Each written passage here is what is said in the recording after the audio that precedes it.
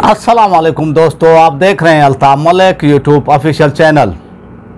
आपसे रिक्वेस्ट, जिन्होंने मेरे चैनल को सब्सक्राइब नहीं किया वो सब्सक्राइब कर लें, बेल आइकन को प्रेस कर दें। वीडियो देखने के बाद अगर आपको पसंद आती है तो इसको लाइक भी करें और ज़्यादा से ज़्यादा शेयर भी करें और अपनी राय का इजहार कमेंट्स बॉक्स में भी लाजमी करें। आज 10 अक्टूबर 2020 ये जो वबाई मर्ज़ आया हुआ है पिछले साल से और इसने पूरी दुनिया को जो है हिलाकर वो रख दिया है, मुल्कों की जो है मईशत को जो है तबाह बर्बाद करके वो रख दिया है। ये अब फिर जो है एक नई लहर जो है आने जा रही है और ये लहर का शिकार जो है इस वक्त ओमान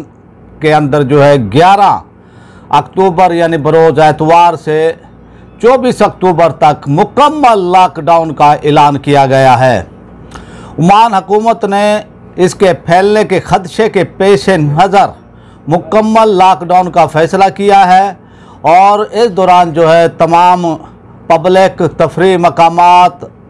रिटेल स्टोर बंद रहेंगे। तफसीलात के मुताबिक जो है ओमान की हुकूमत ने इस वबा की दूसरी लहर से बचने के लिए ये वो तमाम हिफाजती इक़दाम उठाए हैं और मुकम्मल जो है लॉकडाउन का ऐलान किया गया है। जो ओमान के अंदर पाकिस्तानी हैं, हिंदुस्तानी हैं, बांग्लादेशी हैं या वो नेपाल से उनका ताल्लुक़ है या श्रीलंका से है या किसी भी मुल्क से है, उनके लिए है कि भाई आप वहाँ के कानून को जो है फॉलो करें, अपने हिफाजती इक़दामात को जो है उठाएं और इससे जो है इस वबाई मर्ज़ से जो है बचने की वो कोशिश करें। और हुकूमत ने जो इस बारे में जो हिदायत वो दी हैं उस पर जो है अमल वो करें ताकि इस वबाई मर्ज़ से जो है वो बचा जा सके। ओमानी कमेटी बराए सदाद ने जो है वबाई मर्ज़ ने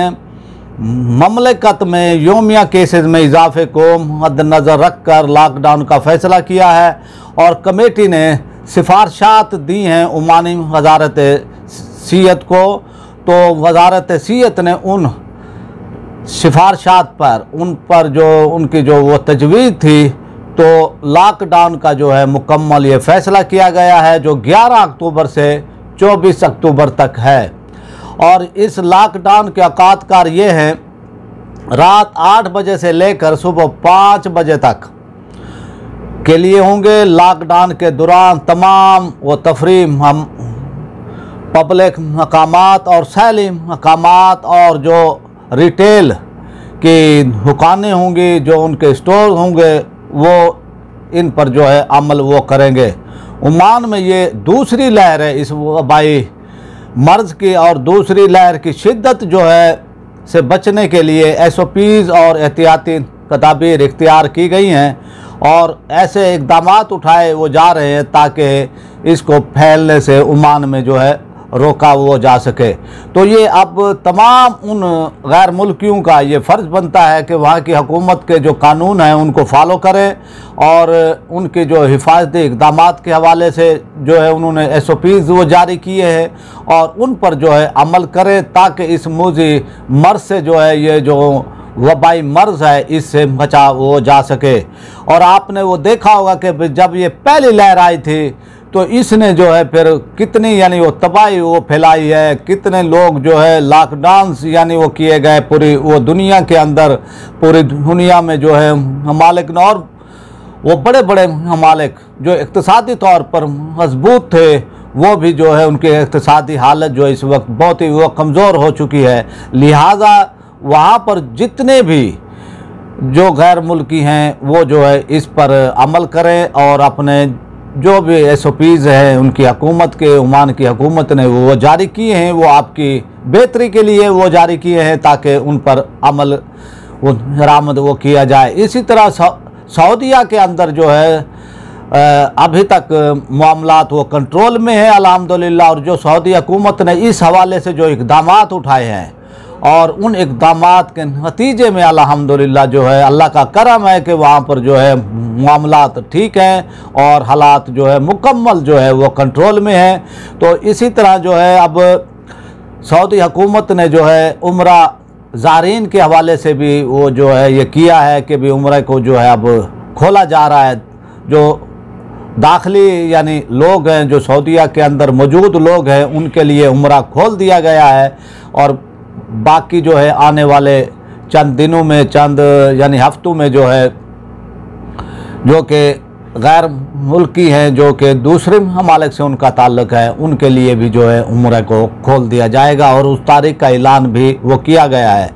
तो इस हवाले से मैं आपको बताता चलूँ कि पूरी दुनिया में जो है वो कोरोना वायरस के हवाले से अमेरिका जो है मरीज़ों के एतबार से जो है वो सैर फहरिस्त है। फिर दूसरे नंबर पर जो है भारत है और तीसरे नंबर पर जो है तो ब्राज़ील है।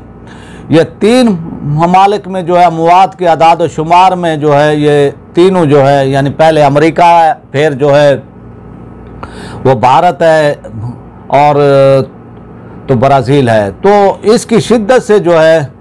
बचने के लिए ओमान की हुकूमत ने ये इक़दाम उठाए हैं। और ये इक़दाम जो है ज़ाहिर वो करते हैं कि भी उनके